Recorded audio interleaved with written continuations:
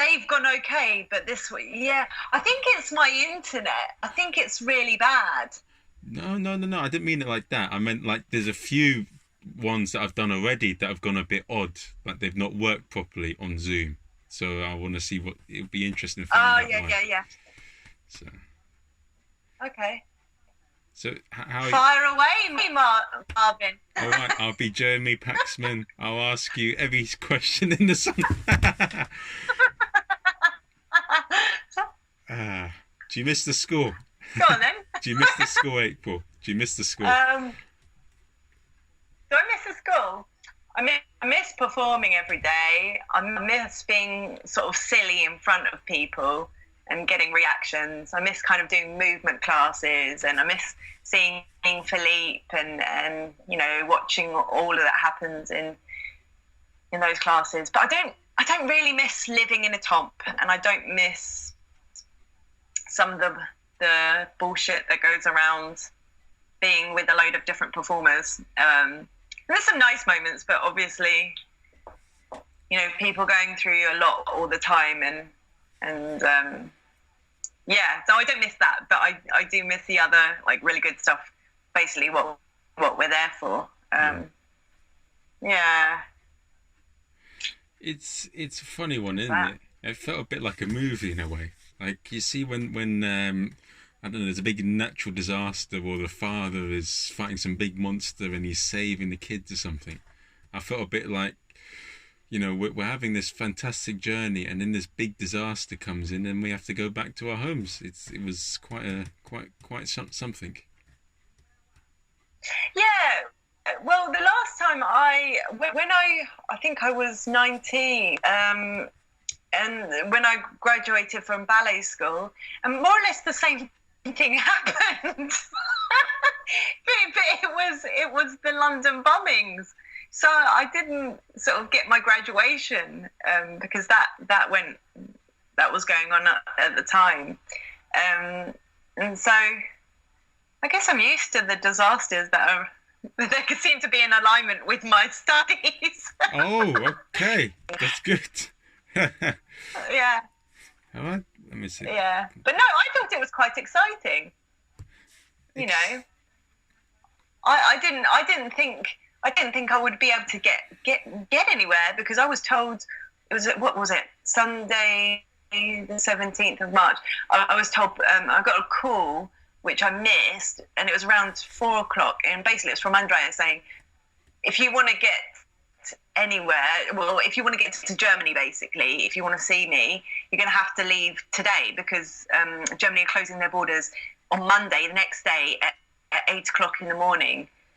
And I was looking at all these different options, and everything was booked.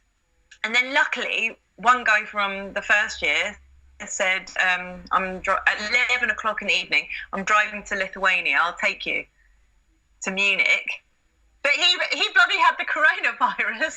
Oh, yes. We didn't know. So he passed it to me. Yeah. So you think that he had the coronavirus, like when he... He did. Ah. Yeah, he did. You're dead certain. Lucky he didn't go into school that day.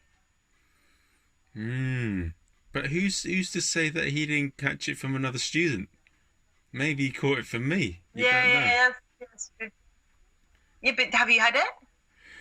I don't know. It was a bit weird. It's like the last few days of being in Gaulier, I had these weird headaches out of nowhere. And then I remember that carrying on for about a week or two. And now I'm better. But it was...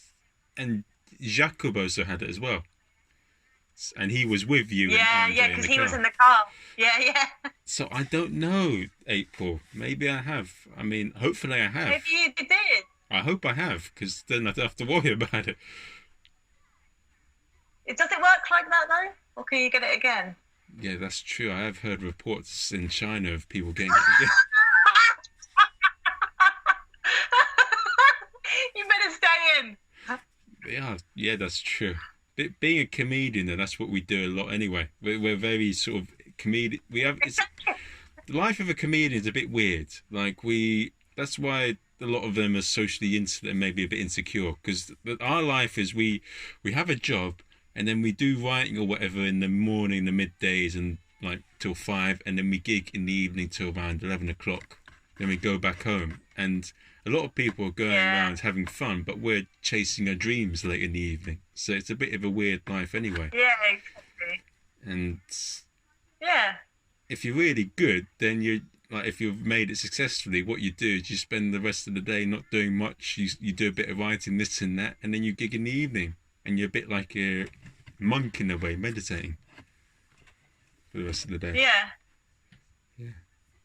Now, you're an actress, and I know you a bit, but I'm intrigued as to find out what was the story behind April becoming an actress. Oh yeah. What's the story, April? What's? I don't know what's the story. Would you want to know? Well, what made you want to get into it? What do you like about it? So you mentioned a bit already that you like performing and you like going to school, doing all these other things, and it was fun. But what made you think, you know what, I'd love to be an actress rather than being like a plumber or a postman or postwoman? Oh yeah. I think I could. I mean, you could be a postwoman. You just end up sort of making everyone mad. I have nothing against that. I probably might end up being a postwoman. Yeah, why did I want to be an actress? I think it's because of my personality. The way I was really loud. Yeah, and my parents, I think first of all, my parents sent me to a dance club class, which was really good because I was quite active. And then they sent me to elocution lessons, and then I got into drama. So I did it from a very young age.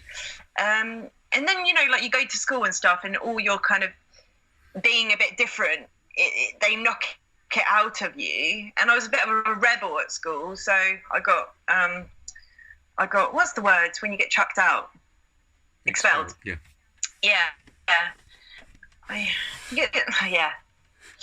For absolutely nothing. Anyway, so I was a dancer primarily, but when I graduated dance school, I more or less stopped straight away and said, you know what, I'm going to change my career and I want to be an actress. That's what I really want to do. And it's just been a really long progression because kind of did odd bits and pieces for about 5 years working as an actress on the fringe, and then went to Germany and worked a couple of years there, and then, or maybe it was less than that, and then maybe it was 3 years, and then I had a few years out where I just started focusing on work to make money, essentially, which gave me the money to be able to go to Gaulier. I just found out through a lot of work, like working on myself, I guess, that I wasn't satisfied or fulfilled with anything that I was doing, and I wasn't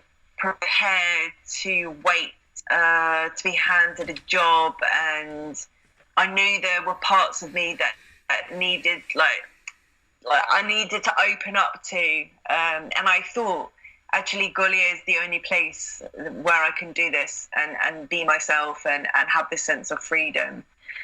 And I was right. It was bloody difficult, but I think it's one of the best things I've done. And yeah, it does give you a freedom as a performer, because I'll never stop being a performer, no matter what I'm doing.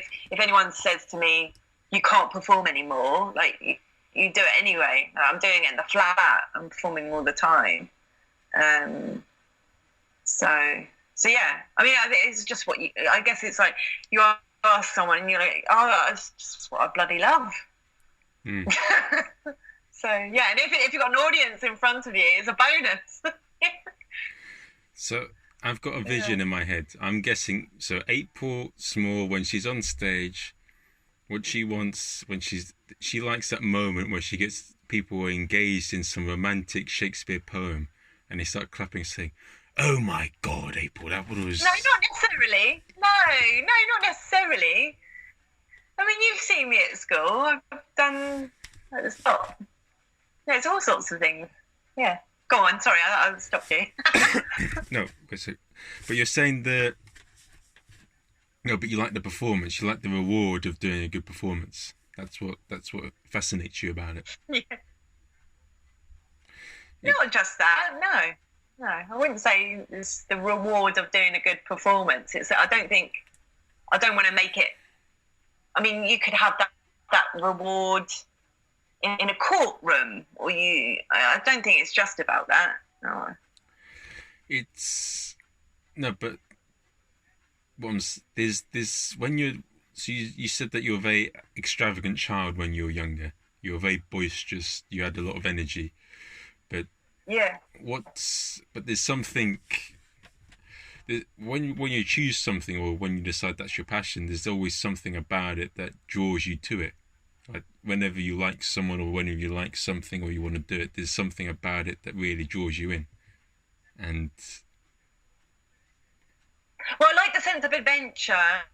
I was always in nature when I was little, so I grew up in the countryside. So if you think about like originally when you're younger, because there's different stages you kind of develop as a performer, like what you kind of find your way of what you really want to do. But initially, I guess as a child, I was very attracted to the adventure, and all the films I used to watch were kind of old musicals. And I used to read from a very young age, so I had like a good imagination, and I just loved stories, and I loved watching those old musicals. And one of my favourites was Danny Kaye in Hans Christian Andersen. So it's a combination of like dancing and singing and acting and being silly. You know, the women didn't have to always be like uptight or like looking pretty. You know, they could be comic and silly as well. Yeah. So that's I guess initially those kind of what I was looking up to. Oh, I want to be in that sort of thing. Yeah. Well, one thing. This is a compliment to you, and this is a sincere compliment. What I feel when from interacting with you, I'd love to see you as a presenter. I'd love to see you as like someone that was. Oh no! You would no. Yeah.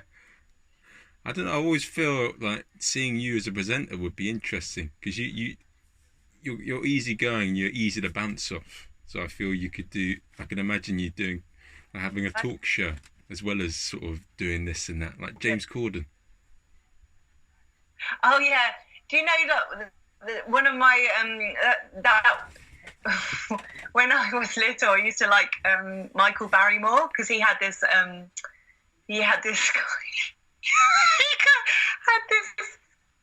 this show, which was like not a cabaret, but you'd have like singers, jugglers, dancers, all the assortment of things. And I always thought, I'd love to have a show like that. Yeah, so I guess like presenting, you know, where I'd present all the different. But then, but the key is I'd have to be the star at the end. You know. Of course. You could have missed that out. Yeah, I think it would be I could imagine it. What sort of things would you do to make it your own show, to entertain people? What would you do? Honestly, I wouldn't know. I don't know. Yeah. What would I do? Haven't thought about it. But that's one thing I've always thought about. Just like interacting, engaging with you. You're someone who would do quite well in that environment, I feel, and you'd enjoy it a lot. So.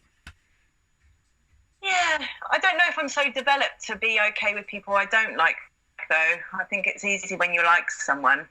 Ah. What about me then? Yeah, that's what I mean. It's easy. That's what I mean. It's easy to talk to you because I like you. If I'm speaking to some sort of arsehole, then maybe I wouldn't be the same. You would just get a piece of paper out and say, right, welcome to the stage, this lovely guest, and you'll be sort of squinting and all tensed up. Yeah. Yeah, exactly. Yeah. That's what I think of Hillary Clinton whenever I was watching the 2016 election race. Like, she put on that fake smile, and it was a bit in a way, do you hate us all or something? What's going on, Hillary?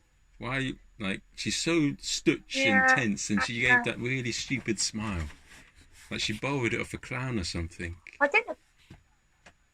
Yeah, well, I didn't watch it, to be honest, but I can imagine it's just to not. It's like playing poker. You don't want to show. You don't want to show too much. Don't want to give anything away, maybe. But if she was a bit more personable, then maybe she would have won more votes. But like with that sort of Yeah, absolutely. like Tony Because she Blair. learned her lesson the hard way. Exactly. But Tony Blair, man, I mean, he was a charmer, wasn't he? Look at the way he was. Like he could sell me sand and I'll pay him £50. He could sell anything. Was he a salesman, do you think?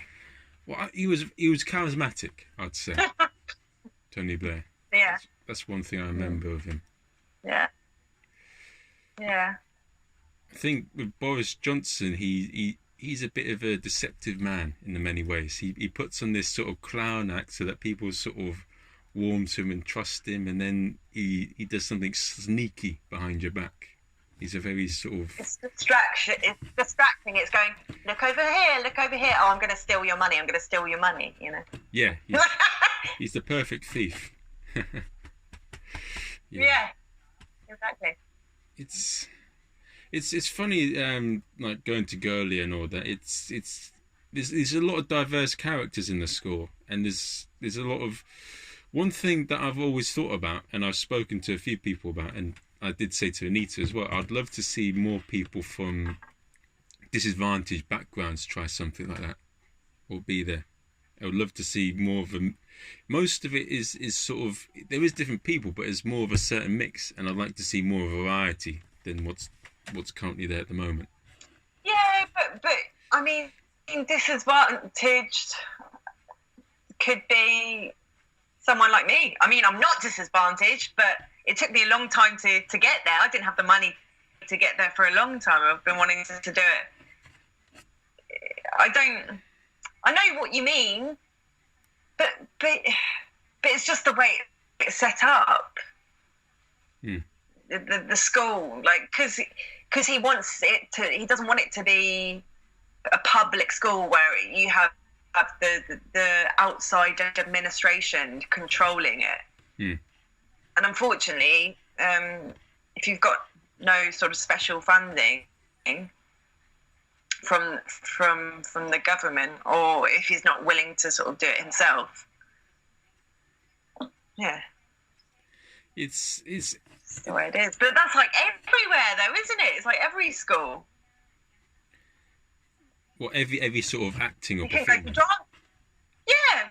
Well, that's the thing. If you go to drama schools where they get loads of funding in London, okay, how many? They might have a few places of scholarship, but it's, you know, it hasn't always been like that, but unfortunately for the last 10 years or so it has. It's wrong. Yeah. It's a strange thing as well that I find with acting. I know nothing about acting, and it's one thing that has intrigued me is how does it all work, like in terms of like people getting parts and this and that. I mean, how can someone like you just does acting course in a college or just does a 4-week course or something sometimes get acting jobs, and then I think they might have someone in their family that are sort of connected or something, or maybe they might be a model, and if they've got a huge following or something, or maybe they're a musician and they've got a huge following on social media or something, and then they just happen to have a bit of natural talent. I mean, which they've tapped into. Yeah, it's got me thinking a bit because it's what's his face that I found quite interesting. like Arnold Schwarzenegger, he's not a good actor, but he was always watchable in his films. I always find him quite entertaining in a way. Yeah, yeah. It, it's just, yeah, I guess it's just him, isn't he? But yeah, I mean, is he's a certain package. It's like you're selling package. There's not another Arnold Schwarzenegger, is there? There's no one like him. So you hire him to be him. Mm. And even if he wears a different costume. Yeah, he's always got the same sort of things, like I'll be back, all these lines. He always like his silly voice, his big muscles, and yeah. Yeah.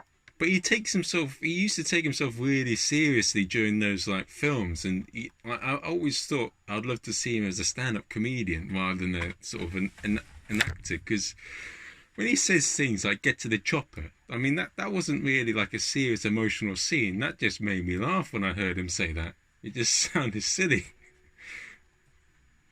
I know, but I think if you look at the perspective of, I mean, someone like him, he's just taking an opportunity. He was an athlete, and then he went into acting.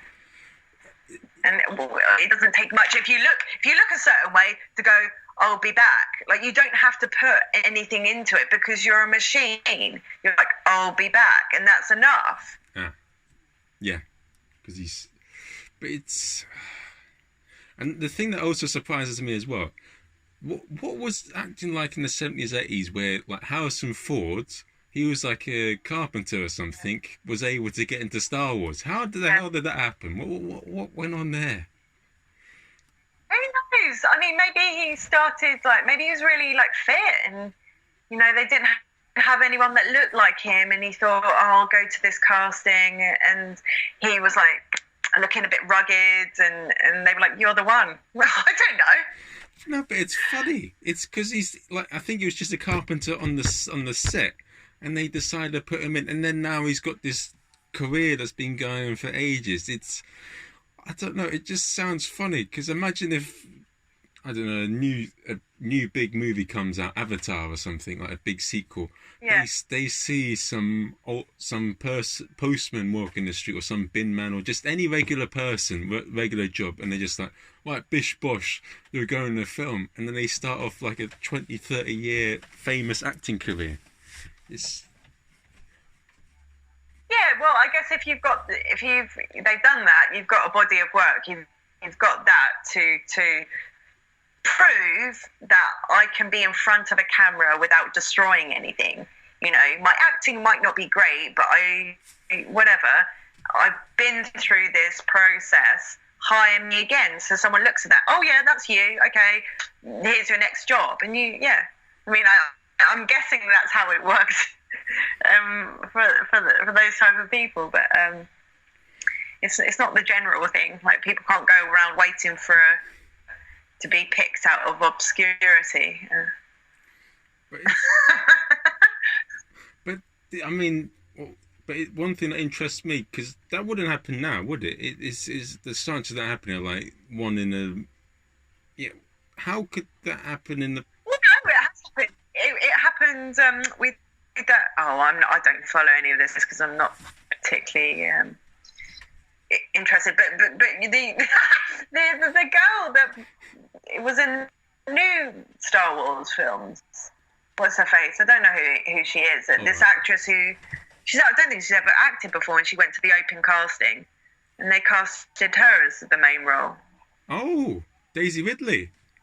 Oh, okay. Yeah. Oh.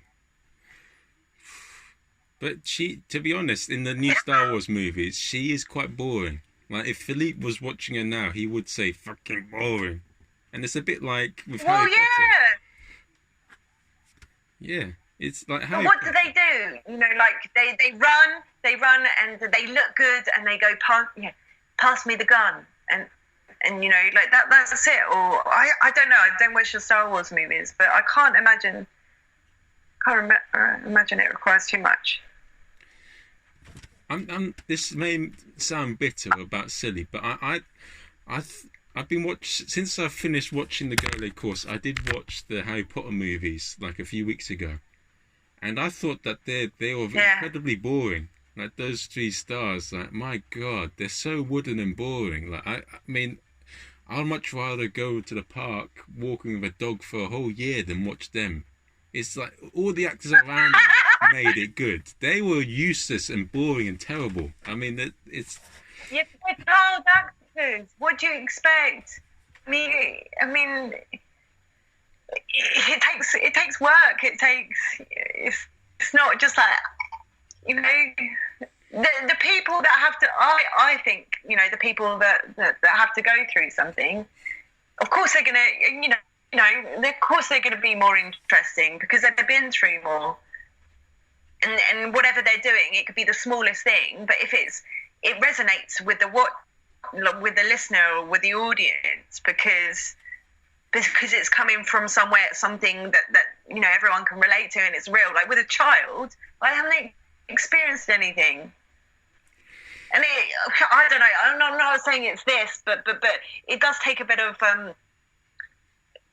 vulnerability, sensitivity, experience, you know, to be moved, I guess, in some way. But to experience like pain and love and So do you? I'm guessing you method act, April, sometimes. Do you? No, not at all. How can you be? Especially through the nearly 2-year process I've been through. Yeah. No, that doesn't work. Not for me.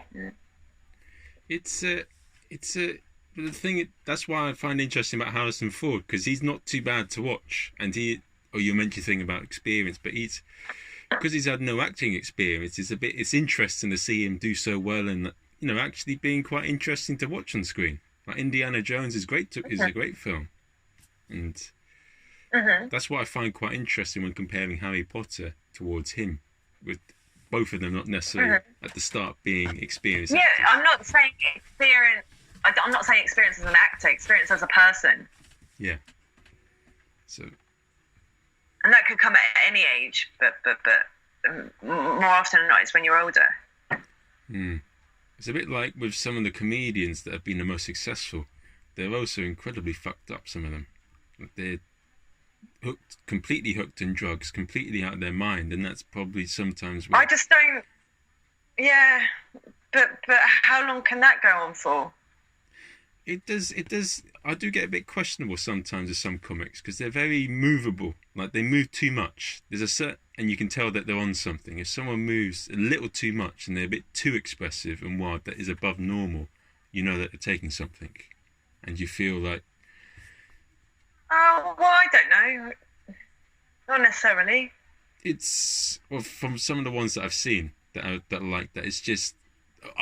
If you saw their act, you'd see that they're too zany and they're too sort of out there. Oh, yeah. It doesn't seem real. Yeah. And yeah, that's one of the things I've always thought as well. If people need to, most comics, they don't drink before they go on stage, but some of them do. And I think sometimes if you take a drug or you take certain things before you go on stage, you become dependent on that for everything. And then if you haven't got that, then you've got. Yeah, it doesn't change what's inside if you try and cheat things in a way. No, that's why it's important to obviously work on yourself, which a lot of people don't want to take the time to do that. It's bloody painful. Because at least whatever's coming out of you is clean, rather than like, oh, I'm just gonna process all my shit onto you. That's cool, right? No, it's not. Okay. Deal with whatever trauma or whatever you need to deal with, and then show us your art, whatever you're showing us. But I don't think the stage is a place for you to do your therapy in front. Like, I don't think I don't want to receive that. I don't think anyone should receive that from a performer. Yeah. You like leave your personal baggage at home and bring your A game to the stage. They're two different Yeah, things.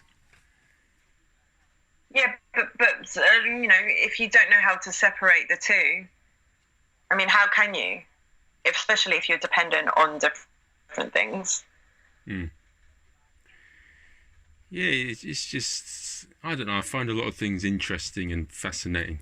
Like, in the school, I always find it funny with Philippe. He gives you a bit of feedback, and like, he gives you something, and he wants you to figure it out on your own. Like, sometimes I mentioned to him something about the mask, and he said, "Oh, it's a good shape, but it's not got enough character or something." And I tried to ask him then what he meant. He says, "You've got to figure it out yourself." And that's not how he talks. But, yeah. I did figure it out in a way. He just wanted that you need to have different colours on it and give it some funny pizzazz in the way it looks, rather than having plain one colour mask. That's what I learnt from it. Yeah. Well, maybe that's what you took from it. It could be for someone else. Someone might be, yeah, I just chucked a load of mud on it, and then it made it more interesting, or yeah. Mm. It's. What did you first think? So me and you, we did the Mick Barnfather course, and it was very sort of chill. And he's like, Mick Barnfather's a lovely guy, and you can learn a lot from him. But it's a bit like Mick Barnfather's the warm up before you go to Gaulier, in a way, and it still doesn't prepare you. I don't think you can compare it. Yeah. No, but I don't think you can compare it. If you, because it's a shorter course, it gives you it can help prepare you for the Philippe Gaulier course. Like, you're not completely surprised, though. I don't. Yeah, but I don't know. I don't see it like that. I see Mick Barnfather's what his workshops like a gym, like going to the gym and working out. Okay. And if you've never done it before, then it's an introduction, so anyone can go. Yeah. It depends what level you are, so you take it from whatever level you are. But I think, I mean, people, you could say, dropping into doing going to Philippe's school, you might pick up one thing from doing that will really resonate, perhaps in one workshop. I can't imagine not doing the whole thing. I needed to do the whole thing because you're investing into that. So you need to go fully into it. I don't like to dabble.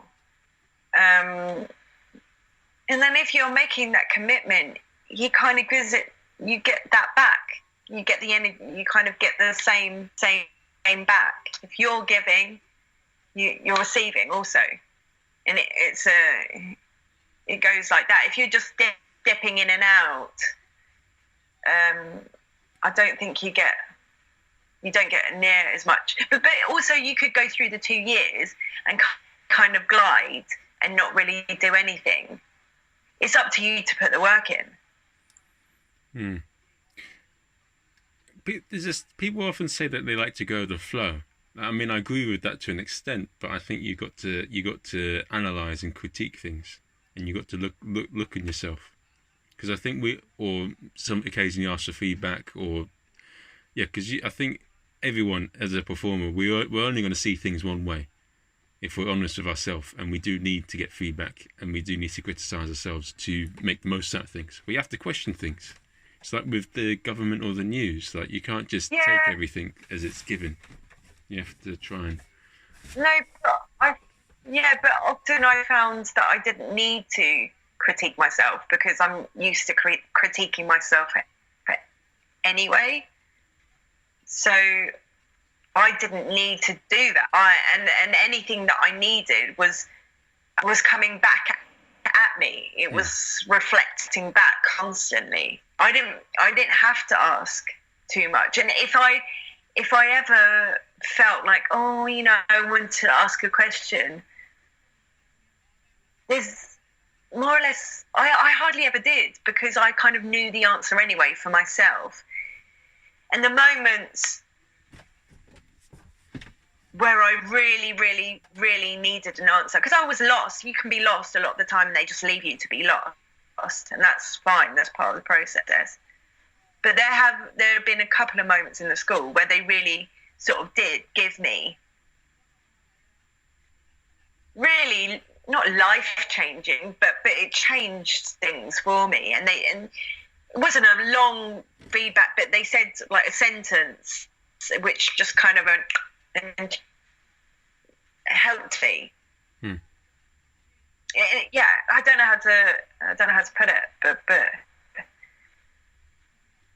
they are really like showing a mirror. You like reflecting, like and they're getting you to go. This is what's happened. This is what's going on with you. Like, let's just say you're your own worst enemy. This is what's happening. You either decide to keep on being your own worst enemy, or you get, you don't destroy it by being mean, but you kind of play with what that is. That you're having a problem with. You're like, oh, you're right, mate. Yeah. Oh God. Like, well, who are you? Are you going to still keep destroying me, or am I going to have a little bit of a game with you, or whatever? He wants to. Yeah. That's the point. That's the thing that I was adding to what you were saying before. How you can just easily go through the 2 years and maybe not gain as much as you would like. And I think the things to avoid that are to go with be clear into what you want, and then to look at but you saying that you look at yourself anyway. But that's the thing. I think if you don't do those things where you self-critique or you look at what you want to get from the course, then you could easily go through there and maybe still not gain as much as you would like. Oh yeah, absolutely. Yeah. And plenty of people do, and then they complain why they don't get feedback.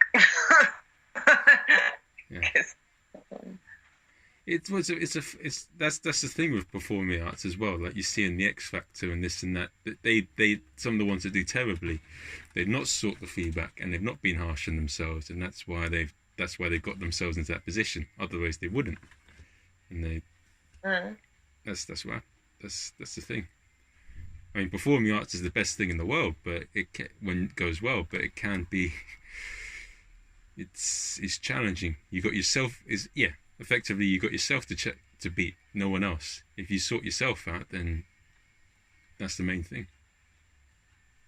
Yeah, but you don't have to be a performer to do that. I mean, if everyone did that, we'd be in a better place, right?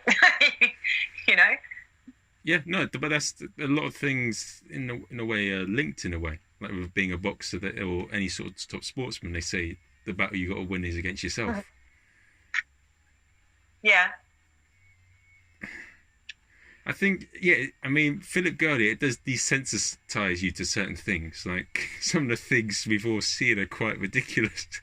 Like when Jeremiah and Irina were doing their performance, and then he got them to start slapping each other and spanking each other. That's not something you see every day. Yeah, but that's nothing. I mean, are we? We're desensitized. I mean, I don't want to be too heavy, but we're desensitized to so much that's going on, because it's so overwhelming. All these different things that are going on all the time in the world, we're completely desensitized. So actually, what he is doing is going, oh, this person wanking or whatever they're doing in the corner, that's actually quite normal. Like who cares, sort of thing. Do we want to watch it? Probably not. No. But he lets it play out because, well, there's nothing to worry about. It's yeah. They say he's. I'm one thing that I'm going to do at some point is I want to look at there's a podcast in Sachabow and Cohen, so I'll be intrigued to find out what he has to say, and Alpha Lions, because they're two comedians that have done his course. But he is, I don't know, I feel with Philippe he's a bit like he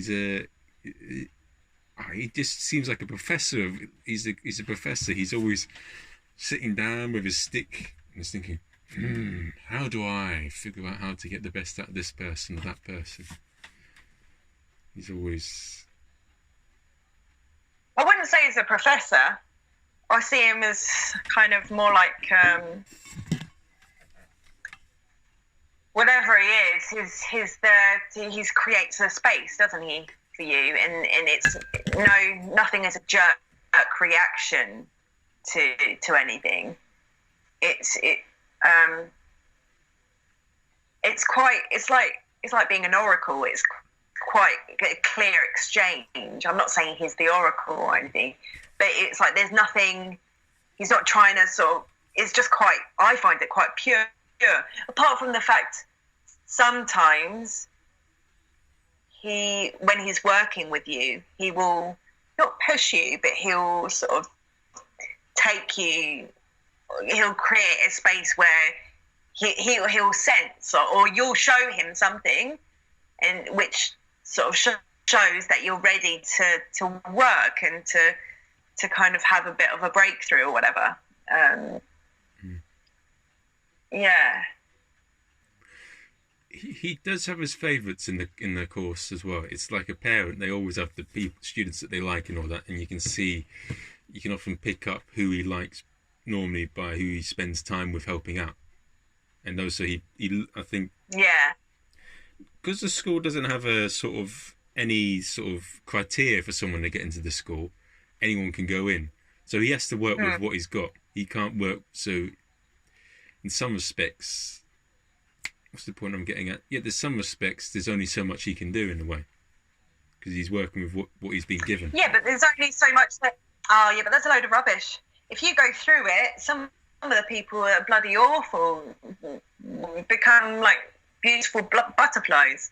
I don't think you can judge it. You just have to go through the process, and you have to be prepared to.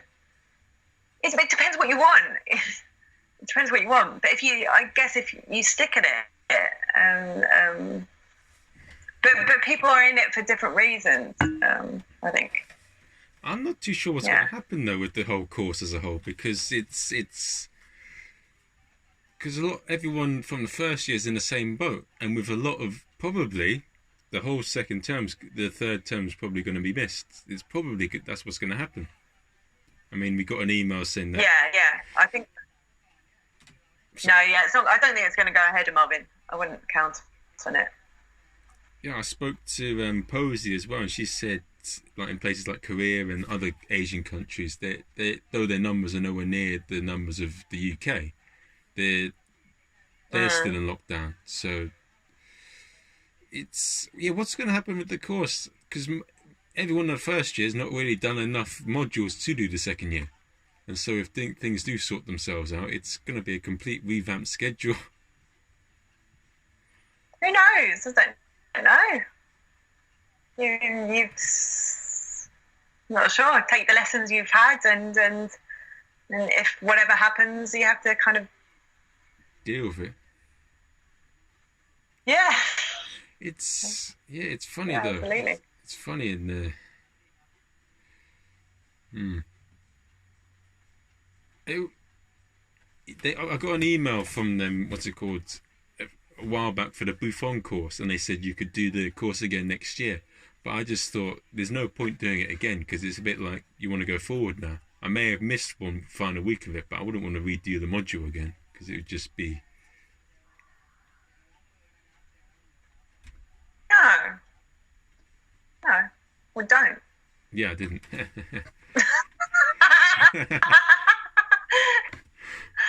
I said, I'll try and stay for the third term and all that. But him and Michiko, they're quite regiment and focused on it. And Macron he sound quite loose on what he was saying. He said that there may be loosening of restrictions in May the 11th, and he was alluding to it, wasn't he? Yeah. And I think he's being pulled, like everyone, the sort of the leaders are kind of being like pulled on different strings, like be looser. Oh no, you know what did they say? People over 70 in the UK have to stay in for a year. what? Yes. Yeah. Well, that's what my mum said. Sometimes she does exaggerate, but that's what she said. Yeah, apparently. Well, in the newspaper they said that pubs are not going to open till Christmas or December. But who really knows? Really, that's the thing. It's a Yeah, but who cares? I'm not being funny, but who cares about pubs? I couldn't give a crap about pubs. I care about the sort of, like, yeah, okay, old people can't go out. What if they don't have any family? yeah, but Or if they don't have anyone to cook for them? What if no one knows they're alive? Like, who's paying attention to all the old people that are living by themselves on the 4th floor of a building? And if I just think there needs to be stuff in place before they call out like that. Anyway. But if Macron does loosen the restrictions and says that schools are going to be open, I am dead certain that Philippe and Michiko will open the school. Because Philippe, even with... Of course they will. He doesn't really care. No, of course they will. No, he does care. At that point, he didn't know the severity when he wanted to keep the school open. None of us did. It was really out of the blue. Yeah, none of us knew. And of course he cares, but I think it's more about the controlling. The like, you will do this or whatever. But if it's necessary, they will keep the school shut. They have to. Because it's not just that, like, everyone's still in a top. Everyone's all over the world, and it won't for the second years anyway. It will only be 6 weeks, and what compared to 9-10 weeks. I don't think it's going to work out. It's what. I have a feeling that things will loosen up and get better around September. I think things will start to get back to normal by then. Maybe. There is some. Maybe something else will happen. Yeah, maybe. Maybe. Who knows? Maybe I'll be Mr. Olympia. Maybe. No, I don't think that will help. No, I don't think that will be. That will. Be the case, but yeah. I think things look a little bit better than they were before in terms of numbers. I was looking in the worldometer, and the amount of people being affected in some places have gone down a little bit. But most importantly, actually, I saw an article in the newspaper saying that they're going to be testing out some clinical trials for the drug. And so if touch wood, there may be a vaccine for this thing. Okay. That's what I was. But they have to go through all the tests, don't they? Yeah, but there's always hope. It's better to see something than nothing. I mean, that's why people chase their dreams, because there's always hope.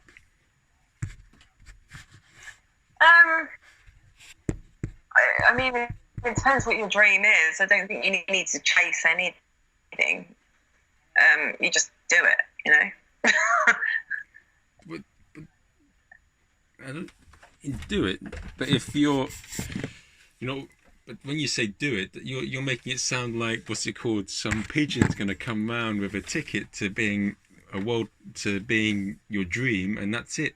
When you say you don't need to chase. Yeah, but you're saying a dream. What's your dream? Like, your dream could be different to someone else's.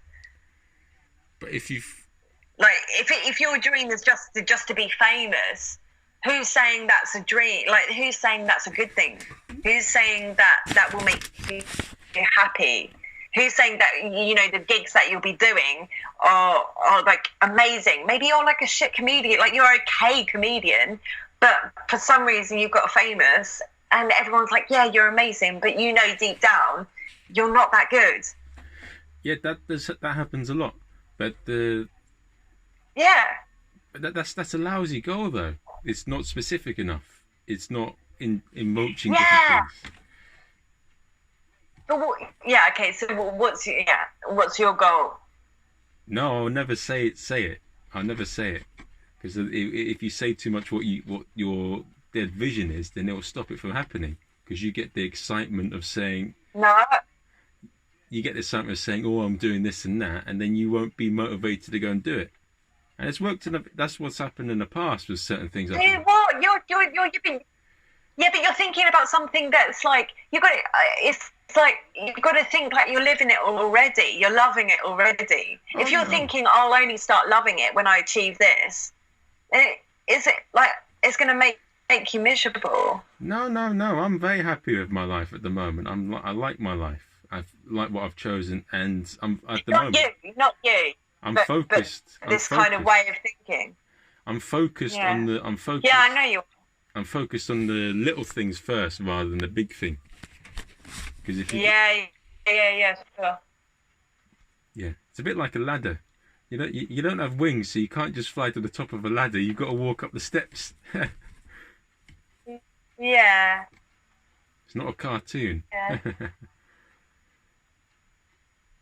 No, it's not. What's your dream, love? Tell me your dream now. No, I'm not telling you mine if you don't tell me yours. That's it. You keep it a secret. It's your little golden gem. But...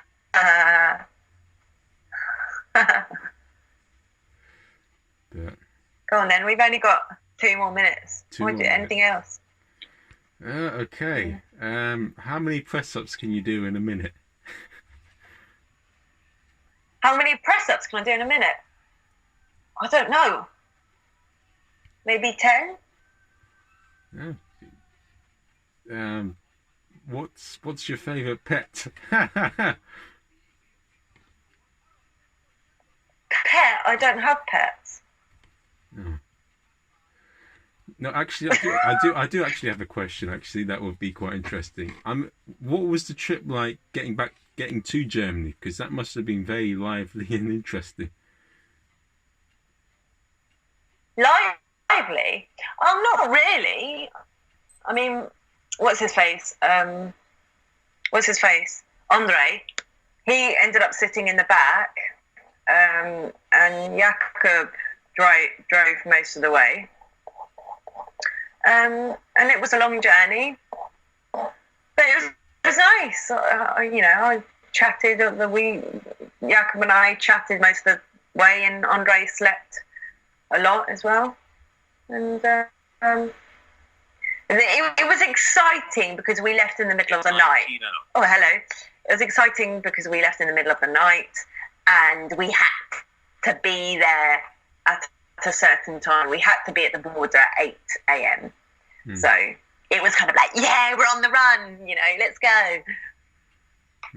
But you made it in time, and you're in a much better place than a lot of Britonians. I mean, Germany, it seems to be dealing with it pretty well.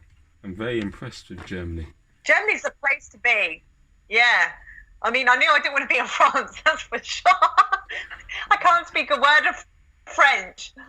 They're like, yeah. Yeah, what's it called? Everyone that's still there has to fill in a form when they're leaving. That is, what's that about? Yeah. And what if you get ill? I can't. I mean, I've tried to go to the doctors before, and they don't like you if you don't speak English. So if you don't know English, French, yeah. Just get Google Translate, or what's it called, a French dictionary. I know. They're all right in the bakery. They're quite pleasant. You can say simple things. I went and just chatted up some woman in the bakery just using a French language book. And it was all right. It was a good laugh. I should chat Oh, no. Well, I just had a bit of banter, just pissed about a bit. Just I said any random word in the book. Was she laughing? Yeah, she found it Was funny. she laughing? She found it funny. Yeah. Yeah. She was like, "Get me out of Oi, here." no, don't. Come on, it's me here. I'm the charm. No, no, it was just a good laugh. It was a good laugh. Yeah. All right then, mate. Well, if there's anything else? No, let me know. What I want to be the world's best Pilates instructor. I think I've got the build, I've got the brains for it. What do I think I need the specifics of what I need to do. What are you talking about? Well, you're a Pilates instructor, so I thought I'd ask a daft question on it. Oh, no. No, it's not about that, is it? No. Right. I'm going to say thank you for coming on my podcast, and thank you for the chat, most importantly. And I want to say happy birthday. Do you want? I'll send you a song. Would that be good? Well, you gave me one before. No, that I think that was beautiful. Oh, okay. Thank you. That really warms to my heart. Yeah. Well, I'm not here to please you.